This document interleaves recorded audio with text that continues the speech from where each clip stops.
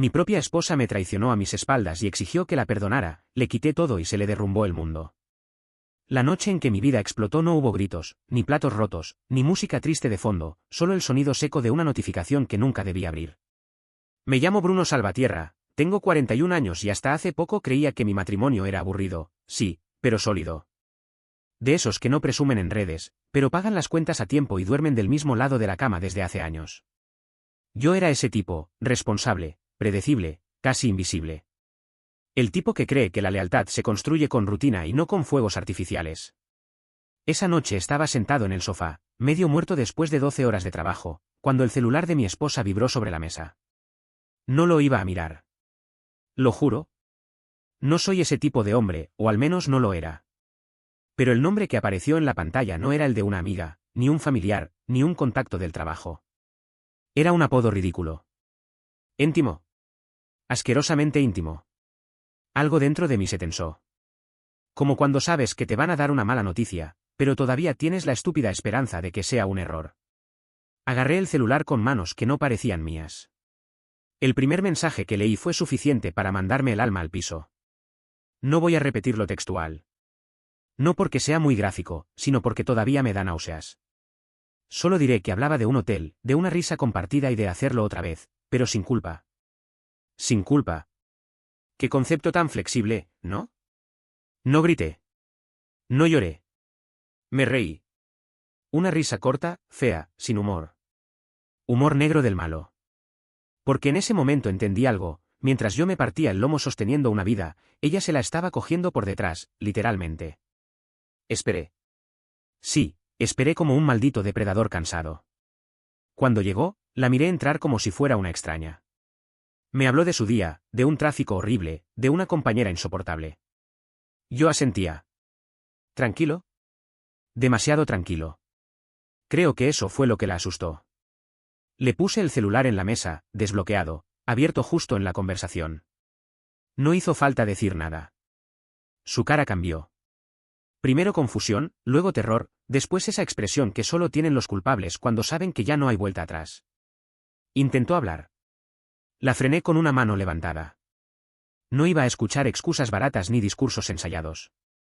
Me levanté, fui al estudio y saqué una carpeta que llevaba años ordenando, cuentas, propiedades, contratos, accesos. Todo. Cada puto papel que demostraba quién había construido qué. Esa misma noche le quité todo. No por venganza, sino por dignidad. Cancelé tarjetas, cambié contraseñas, congelé cuentas conjuntas. No levanté la voz ni una sola vez. El silencio hizo más daño que cualquier insulto. Ella lloraba. Suplicaba. Decía que fue un error, que estaba confundida, que yo había cambiado. Claro que había cambiado, me había vuelto más fuerte de lo que ella jamás imaginó. Cuando terminé, la miré directo a los ojos y le dije algo que nunca olvidaré. El amor no se traiciona. Se cuida. Y tú lo enterraste viva. Esa fue la primera noche que dormí solo, y también la primera vez que sentí que empezaba a recuperar algo que creí perdido para siempre.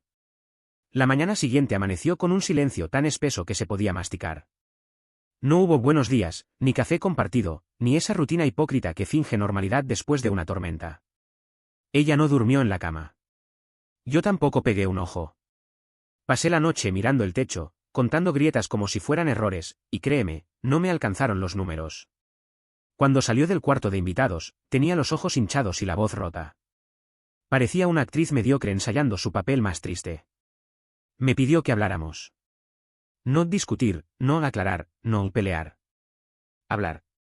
Como si las palabras pudieran recomponer lo que ella había destrozado con decisiones conscientes. Acepté. No porque quisiera entenderla, sino porque quería verla intentarlo.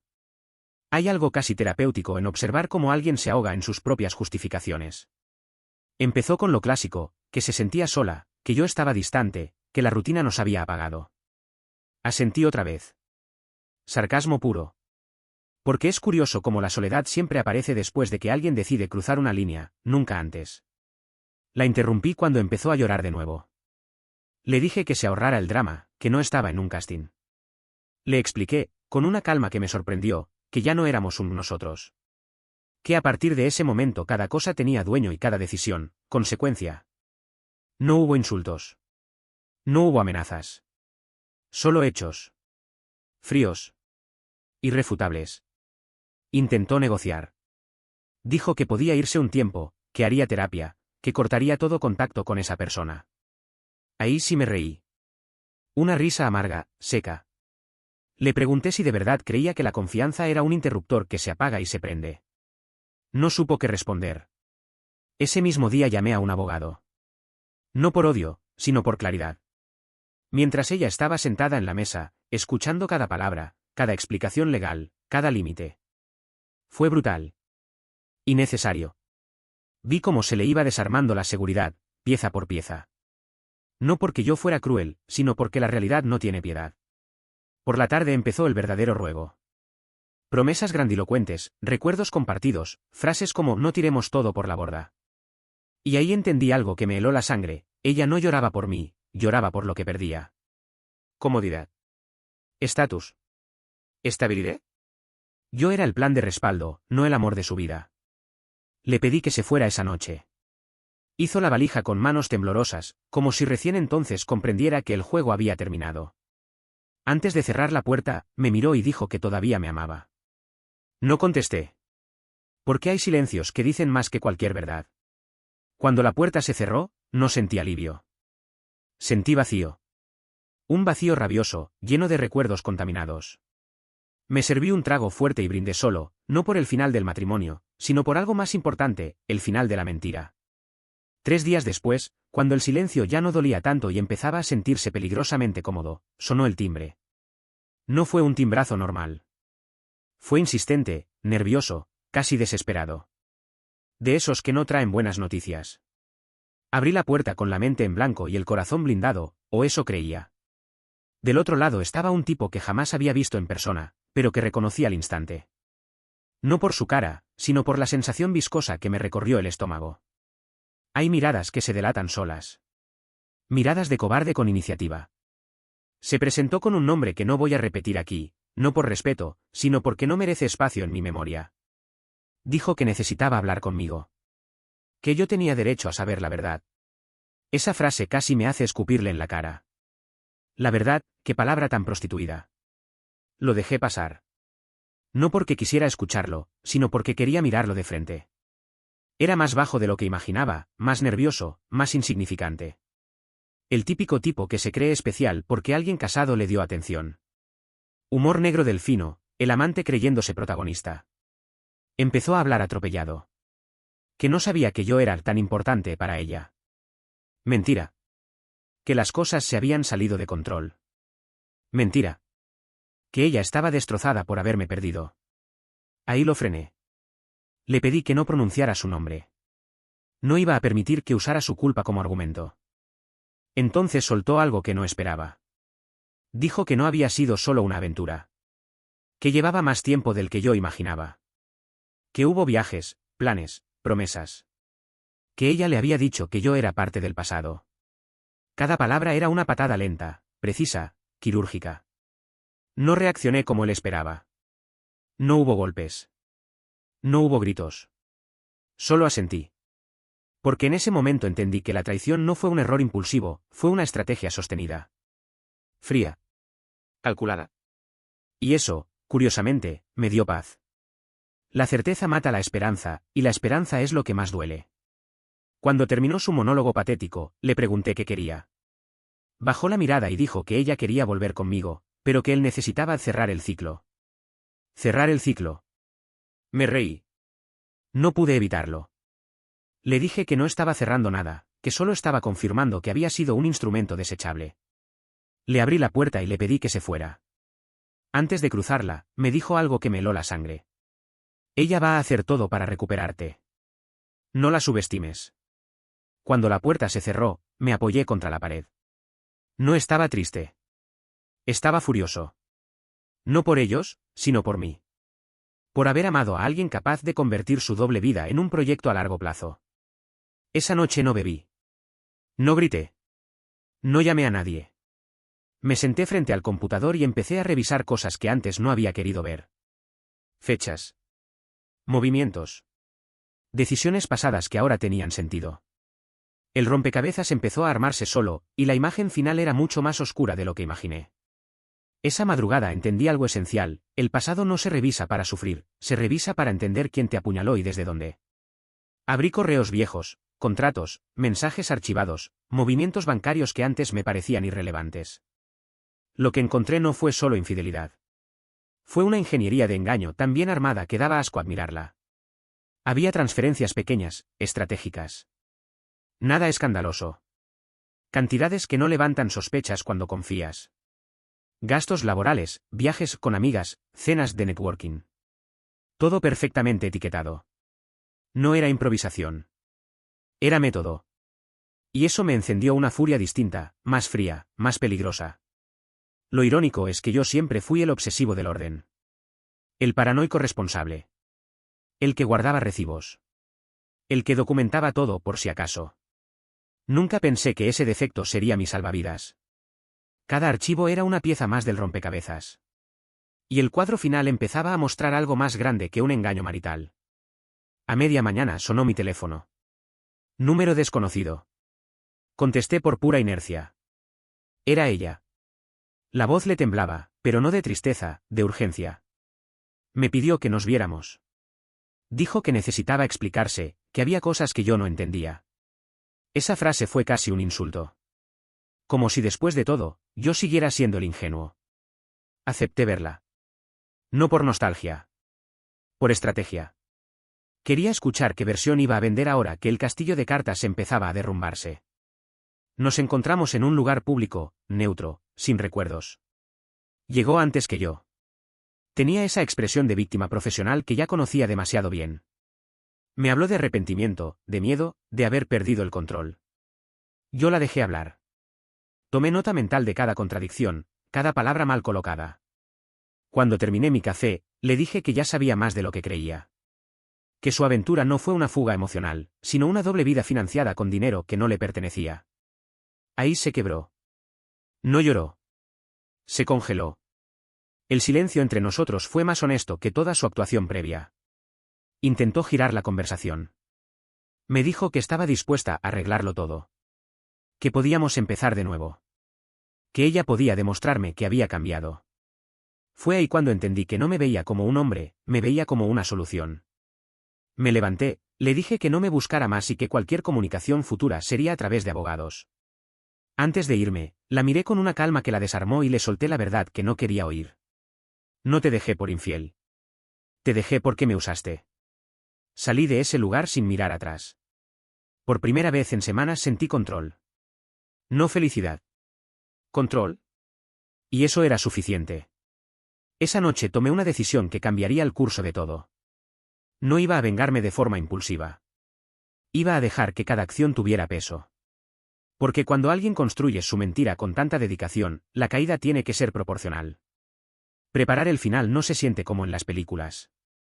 No hay música épica ni miradas decididas al horizonte. Es más parecido a limpiar una herida infectada, lento, meticuloso y desagradable. Cada vez que descubres algo nuevo, duele, pero también te recuerda por qué no puedes detenerte. Empecé por lo obvio, separar definitivamente lo que aún estaba mezclado. Cancelé autorizaciones, cerré accesos, avisé a personas clave sin dar explicaciones emocionales. Solo datos. Hechos. Frases cortas. Aprendí rápido que cuando hablas sin rabia, la gente escucha con más atención. Y yo necesitaba que escucharan. Mientras tanto, ella no se quedó quieta. Empezaron los mensajes largos, los audios nocturnos, las llamadas desde números prestados. Pasó del te amo al no seas injusto en cuestión de días. Humor negro otra vez, la misma persona que me mintió durante meses ahora exigía comprensión inmediata. No respondí. El silencio se convirtió en mi idioma favorito. Cada intento suyo chocaba contra un muro invisible, y eso la desesperaba más que cualquier insulto. Porque no hay nada que destruya tanto a alguien manipulador como perder el control de la narrativa. Una tarde recibí un correo inesperado. No de ella. De alguien de su entorno laboral. No voy a entrar en detalles específicos, pero diré esto: cuando una mentira se estira demasiado, empieza a pisar terrenos que no debería. Y yo ya tenía pruebas suficientes para demostrar que no solo me había traicionado como esposo, sino como socio involuntario de decisiones que jamás autoricé. Ahí sentí algo distinto. No era enojo. Era claridad. La misma claridad que sientes cuando entiendes que ya no estás jugando a defenderte, sino a protegerte. Esa noche, por primera vez desde que todo explotó, soñé. Soñé con ella, sí, pero no como antes. En el sueño me hablaba y yo no podía escucharla. Movía los labios desesperada mientras yo caminaba en dirección contraria. Me desperté con el pulso acelerado, pero con una certeza incómoda, ya no me dolía imaginarla perdiéndome. Al día siguiente acepté una última llamada. No por debilidad. Por cierre. Su voz estaba rota, cargada de urgencia. Me dijo que haría lo que fuera por volver. Que estaba dispuesta a humillarse, a empezar desde cero, a rogar si era necesario. Rogar. Qué palabra tan pesada cuando llega tarde. La dejé terminar. Luego le dije algo que ni yo sabía que tenía guardado. No quiero verte sufrir. Pero tampoco quiero verte volver. Ambas cosas pueden coexistir. Colgó sin responder. Y supe que esa frase había hecho más daño que cualquier amenaza. Porque le quité la ilusión de redención conmigo. Esa misma semana inicié los pasos finales. Nada espectacular. Nada público. Solo movimientos firmes que no se pueden deshacer con lágrimas. Cada documento firmado era una capa menos de su mentira. Cada notificación legal, un recordatorio de que las decisiones tienen costo. No sentí triunfo. Sentí cansancio. Un cansancio profundo, pero limpio. Como cuando terminas algo difícil y sabes que ya no tienes que volver a hacerlo. La verdad apareció como suelen hacerlo las peores, sin aviso y cuando ya crees que nada puede sorprenderte. No vino de ella, ni del tipo patético que se creía protagonista. Vino de un lugar mucho más silencioso, y por eso mismo, más devastador. Fue un archivo adjunto. Sin mensaje. Sin explicación. Un correo frío, casi automático. Lo abrí por reflejo, esperando más de lo mismo, números, fechas, movimientos. Pero lo que vi no eran cifras. Eran palabras. Conversaciones. Antiguas. Ordenadas por fecha. Demasiado antiguas para encajar con la historia que yo creía haber vivido. Al principio no entendí nada. Leí despacio, con esa concentración que solo aparece cuando el instinto te grita que algo está mal. Cada línea era una confesión adelantada en el tiempo. Miedos, planes, resentimientos. Cosas que ella pensaba cuando aún compartíamos risas falsas y cenas tranquilas. Ahí estaba el verdadero inicio de todo. No el engaño físico. No la aventura. El desprecio. Años antes. Cuando yo todavía creía que estábamos construyendo algo juntos, ella ya estaba haciendo inventario de salidas. Yo era el proyecto estable. El respaldo. El maldito plan B. Sentí náuseas. No por dolor, sino por asco. Asco de haber sido tan funcional para alguien que ya me había descartado mentalmente mucho antes de tocar a otro. Humor negro involuntario, mientras yo planeaba vacaciones, ella planeaba su libertad con presupuesto ajeno. Me senté en el suelo. Literalmente. No porque fuera débil, sino porque el cuerpo a veces entiende antes que la cabeza. Me quedé ahí, leyendo, armando una línea temporal que reescribía toda mi historia reciente. Momentos que yo recordaba como neutros ahora tenían una segunda capa. Miradas ausentes. Decisiones frías. Distancias justificadas con cansancio. Y entonces llegó la rabia. No la explosiva. La densa. Esa que no te hace gritar, sino pensar cosas peligrosamente lógicas. Pensé en todo lo que cedí. En cada vez que me tragué una incomodidad para no exagerar. En cada intuición que enterré por parecer paranoico. Esa noche no dormí. Pero tampoco me sentí solo. Me sentí acompañado por algo nuevo, lucidez brutal.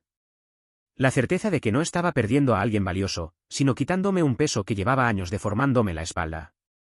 Al amanecer tomé una decisión silenciosa. No iba a confrontarla con esa verdad. No le daría el gusto de saber cuánto había descubierto. Algunas personas no merecen ser vistas en su totalidad, solo enfrentadas a las consecuencias. Guardé el archivo. Lo respaldé. Lo cerré. Y seguí adelante con el proceso como si nada hubiera cambiado. Porque en realidad, todo ya había cambiado dentro de mí. Por primera vez desde que empezó esta pesadilla, no sentí tristeza al pensar en ella. Sentí lástima. Y eso fue más definitivo que el odio. Alguien más decidió hablar, y no lo hizo con cuidado ni con tacto. Lo hizo con culpa. Y la culpa siempre llega cargada de verdades mal digeridas. Fue una llamada corta. Directa. Una voz que reconocí al instante aunque hacía años que no la escuchaba sin filtros. No era amiga, no era familia, no era amante. Era alguien que había estado cerca de nosotros cuando todo funcionaba. Alguien que había visto más de lo que dijo y dijo menos de lo que debía. No empezó con saludos. Empezó con un perdón que cayó como un ladrillo. Me dijo que llevaba tiempo queriendo hablar conmigo, pero que nunca había encontrado el momento. Humor negro otra vez, nunca hay buen momento para confesar que fuiste cómplice por silencio. Me contó que mucho antes de que yo descubriera la aventura, ya se hablaba de mí como de un obstáculo. No como esposo. Como obstáculo. Que yo era buena persona, pero demasiado correcto. Que mi estabilidad le resultaba sofocante. Que se reían de mi previsibilidad mientras yo pagaba cenas y sonreía en fotos que ahora me parecían falsas. Cada frase era una puñalada lenta. No por lo que decía de mí, sino por lo que revelaba de ella. Yo no fui engañado por accidente. Fui rodeado por una narrativa en la que mi rol estaba decidido de antemano. Le pregunté por qué me lo decía ahora. Hubo silencio. Luego una respuesta honesta y miserable, porque ya no podía sostener la mentira sin sentirse basura. Agradecí la honestidad tardía con un sarcasmo que ni yo sabía que tenía. Le dije que llegaba tarde, pero no inútil. Cuando colgué, no sentí ganas de romper nada. Sentí ganas de escribir. De dejar constancia mental de cada detalle. Porque entendí algo crucial, el engaño no fue solo de una persona. Fue un ecosistema. Y yo había sido el recurso más explotado. Esa noche caminé por la casa, mirándola como si fuera ajena. Cada objeto parecía contar una versión distinta de la historia. No sentí nostalgia. Sentí distancia. Como si finalmente estuviera observando una vida que ya no me pertenecía. Y entonces, por primera vez, pensé en algo que no había considerado, ¿y si todo esto no era el final, sino el prólogo de algo más grande? ¿Y si la caída no había terminado porque todavía quedaba una verdad que nadie quería tocar? Me detuve frente a un cajón que llevaba meses sin abrir. No por miedo. Por costumbre. Lo abrí. Dentro había papeles viejos, recuerdos inútiles y una carpeta que no recordaba haber guardado. La abrí sin expectativa, y sentí como el estómago se me volvía a hundir. No era del pasado reciente. Era anterior a todo. Mucho anterior. Y conectaba demasiados puntos como para ser coincidencia. Cerré el cajón con cuidado. Me senté. Respiré hondo. Porque entendí que el engaño no empezó cuando ella se acostó con otro, empezó cuando yo acepté ser el único que siempre cedía. Me quedé mirando esa carpeta como si fuera un animal dormido que podía morderme en cualquier momento. No la abrí de inmediato. Hay verdades que el cuerpo te pide postergar aunque la cabeza esté lista. Me serví un vaso de agua, no de alcohol. Quería recordar cada detalle con una claridad cruel.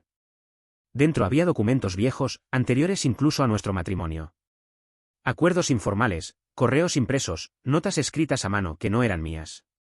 Al principio pensé que se trataba de asuntos financieros menores, algo sin importancia que mi memoria había archivado mal. Me equivoqué. Lo que encontré era un patrón. Un diseño. Y yo aparecía en él como una variable conveniente. No era un engaño romántico. Era algo más frío. Más sucio. Decisiones tomadas por terceros que me involucraban sin mi consentimiento. Proyectos que usaban mi nombre como garantía, mi reputación como escudo, mi estabilidad como combustible. Y lo peor, todo estaba firmado en fechas donde yo confiaba ciegamente. Donde yo decía hazlo como creas mejor.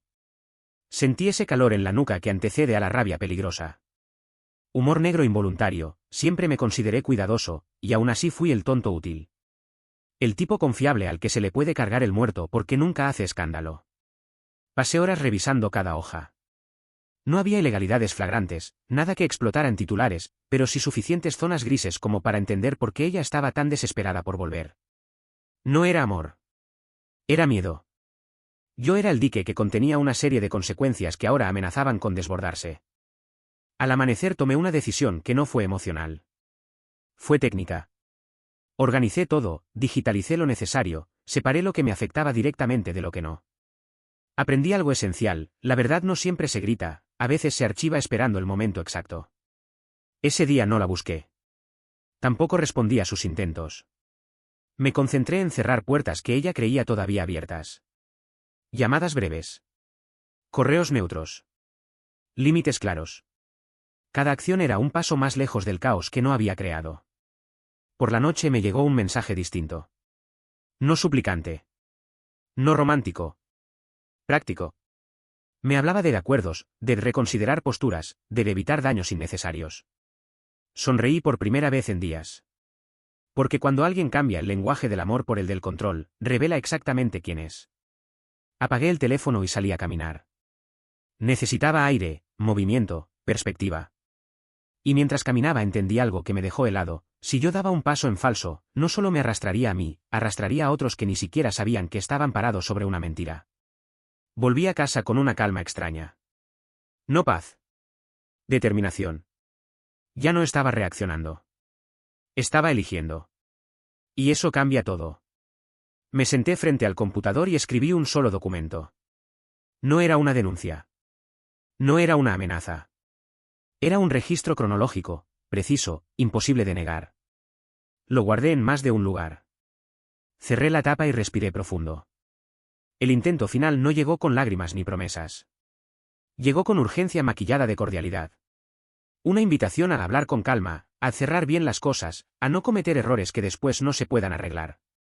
Ese tipo de frases que no buscan diálogo, buscan freno. Y yo ya no estaba dispuesto a frenar nada. Acepté verla una última vez. No por ella. Por mí. Porque hay cierres que no se hacen huyendo, sino mirando de frente. Elegí un lugar luminoso, concurrido, sin rincones donde esconder intenciones. Llegó puntual.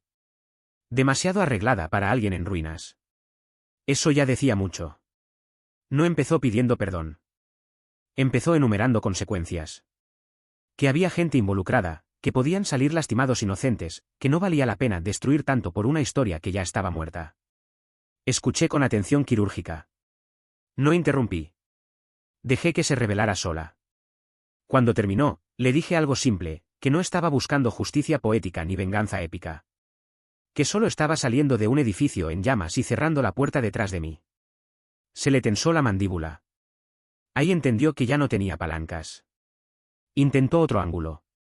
Me habló del pasado bueno, de momentos reales, de risas que no habían sido mentira. Asentí. Le concedí eso. Las cosas buenas existieron. Y aún así, no alcanzaron.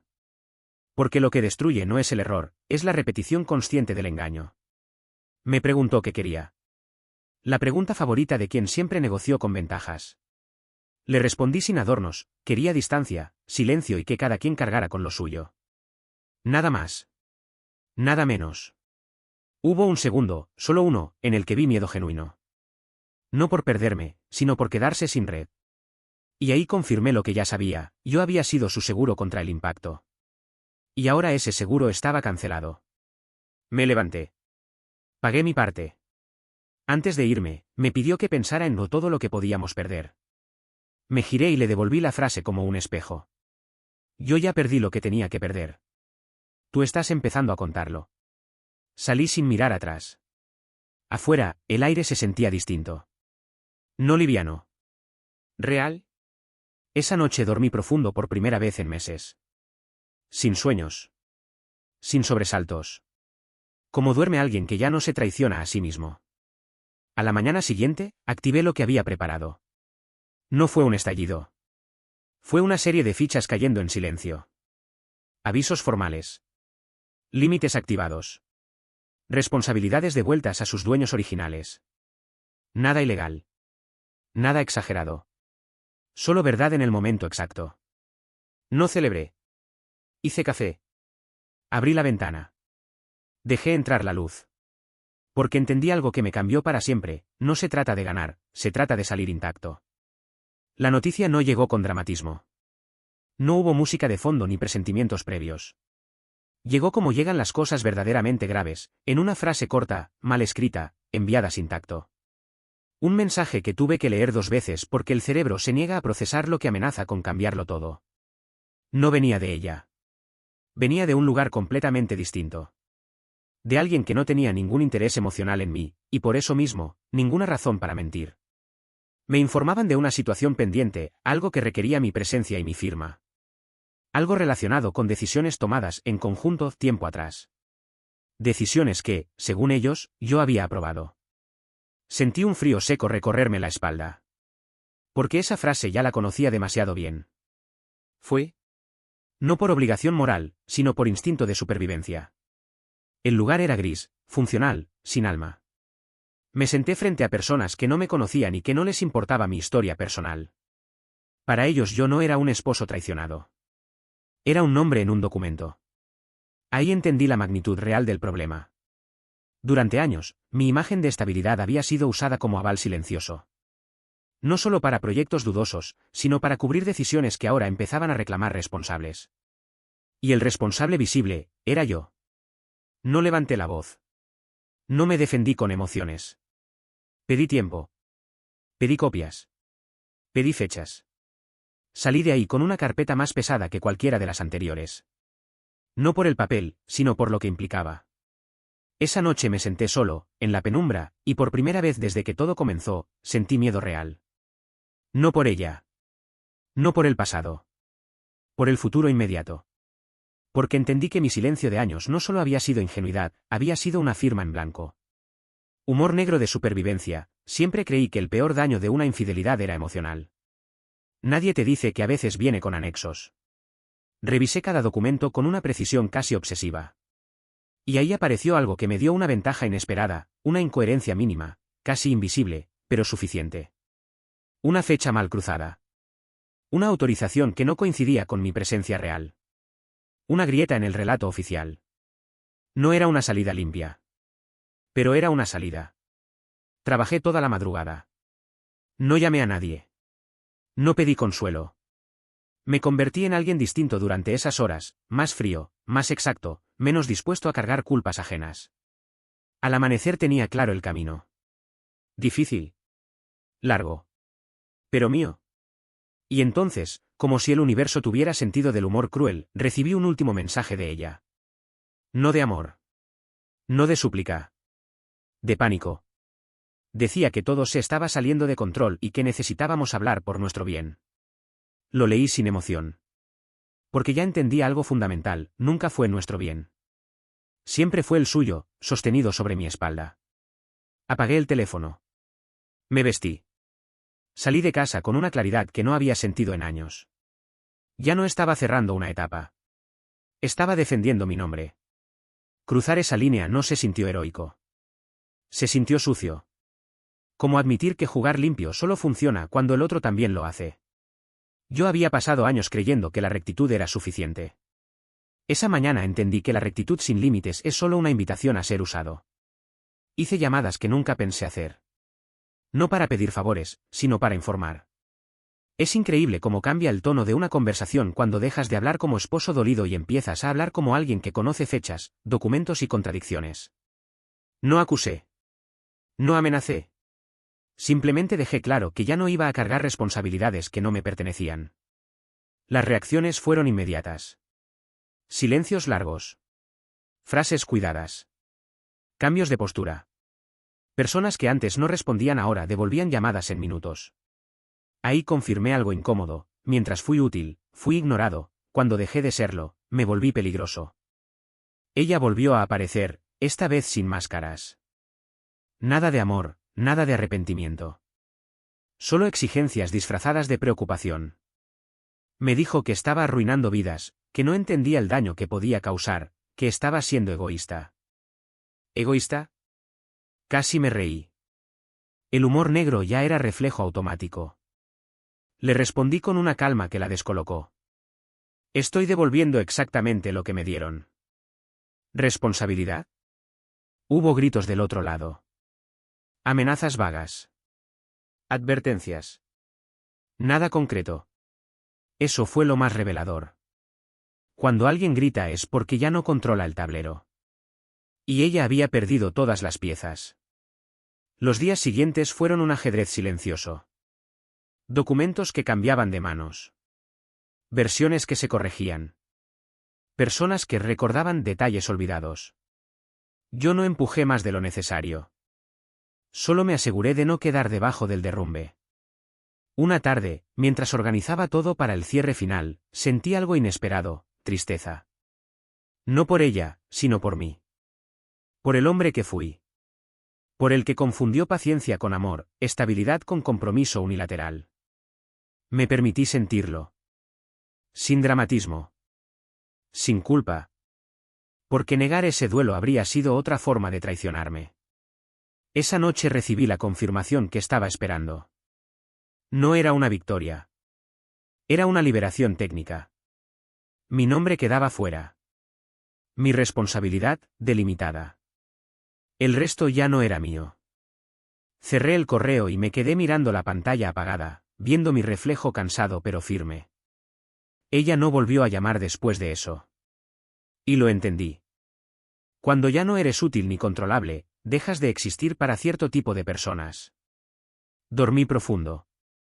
No por alivio total, sino porque por fin el peligro inmediato había pasado. Al despertar, me di cuenta de algo que me dejó inmóvil varios minutos. Todo el caos había terminado, pero yo ya no era el mismo que lo había empezado. El giro final no vino de ella. Y eso fue lo más irónico de todo. Vino de mí. Un domingo por la mañana, semanas después de que el polvo se asentara, me senté a ordenar cosas que había postergado por años. No por nostalgia, sino por limpieza mental. Tirar lo inútil, archivar lo necesario, cerrar ciclos físicos como quien sutura una herida que ya no sangra. Entre papeles viejos encontré algo que me dejó helado, una carta. Escrita por mí. De años atrás.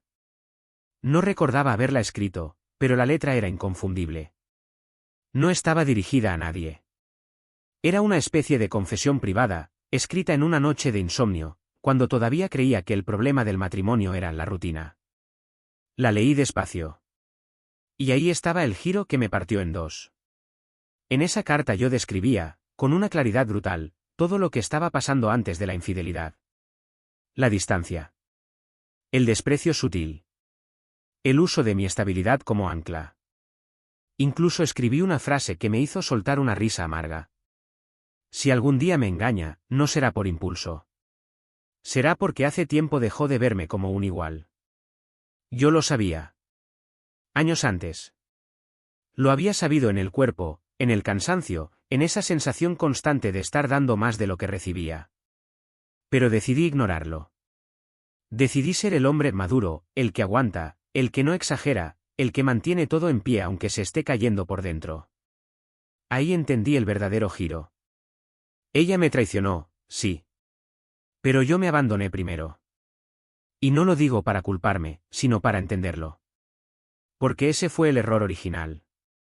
No amar demasiado, sino no escucharme cuando algo dentro de mí ya estaba gritando. Ese día no sentí rencor. Sentí una paz rara, incómoda, honesta. La paz que llega cuando aceptas tu parte sin flagelarte. Cuando entiendes que sobreviviste no porque fueras perfecto, sino porque aprendiste a tiempo. Rompí la carta. No con rabia, sino con gratitud. Ya no la necesitaba. El hombre que la escribió ya no existía. Hoy no guardo odio por mi exesposa. Guardo distancia. Que es mucho más sana. No le deseo mal, pero tampoco le deseo acceso a mi vida. Y eso, créeme, es una victoria silenciosa. Si algo aprendí de todo esto es simple y brutal. Mensaje final de toda la historia. La traición más peligrosa no es la que te hacen, es la que toleras por miedo a quedarte solo. Yo me quedé solo. Y fue exactamente ahí donde me encontré.